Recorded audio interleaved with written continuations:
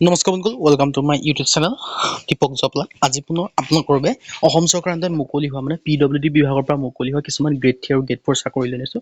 কি চাকৰি আছে লগতে কেনেদৰে আবেদন কৰিব পাৰিব সকলোখিনি কথা এই ভিডিঅ'যোগে আলোচনা কৰা হ'ব। যদি ভিডিঅ'টো ভাল পায় তেতিয়া লাইক কৰিব, লগতে চেনেলটো ছাবস্ক্ৰাইব কৰি দিব। এনেকুৱা ধৰণৰ ভিডিঅ'সমূহ প্ৰতিদিনে পাই থাকিব বাবে আহক আজি মই ভিডিঅ'টো আৰম্ভ কৰোঁ। আপোনালোকক মই জনাই দিছোঁ ভেকেঞ্চিখিনি আছে PWD আছামৰ ফালৰ পৰা PWD আছাম ৰিক্ৰুইটমেণ্ট 80টা জেনেৰেল যিটো মেকানিকেলৰ পোষ্ট হয়। আৰু ইয়াত আপোনালোকে দেখিব যে লাষ্ট ডেট সম্পৰ্কে 5/6/2024 আপোনালোকে জুন মাহৰ আপোনালোকে 5 তাৰিখলৈকে আপোনালোকে ভেকেঞ্চিকেইটাৰ কাৰণে আবেদনসমূহ কৰি ল'ব পাৰিব।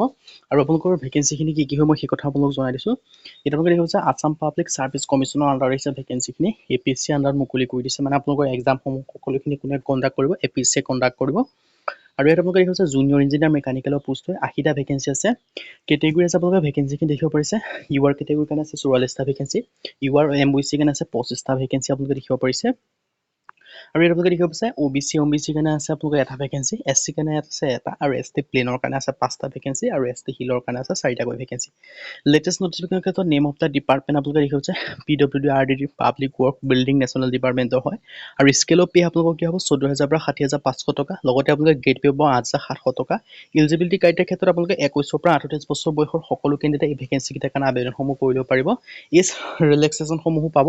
আপোনালোকে যিসমূহ SC কেণ্ডিডেট হয় তেওঁলোকে 5 বছৰকৈ ৰিলেক্সেশ্যন পাব। মানে যিসমূহ SC কেণ্ডিডেট হয় তেওঁলোকে 43 বছৰলৈকে আবেদনসমূহ কৰি ল'ব পাৰিব। আৰু যিসমূহ OBC MBC কেণ্ডিডেট তেওঁলোকে 3 বছৰ মানে 41 বছৰলৈকে আবেদনসমূহ কৰিব পাৰিব।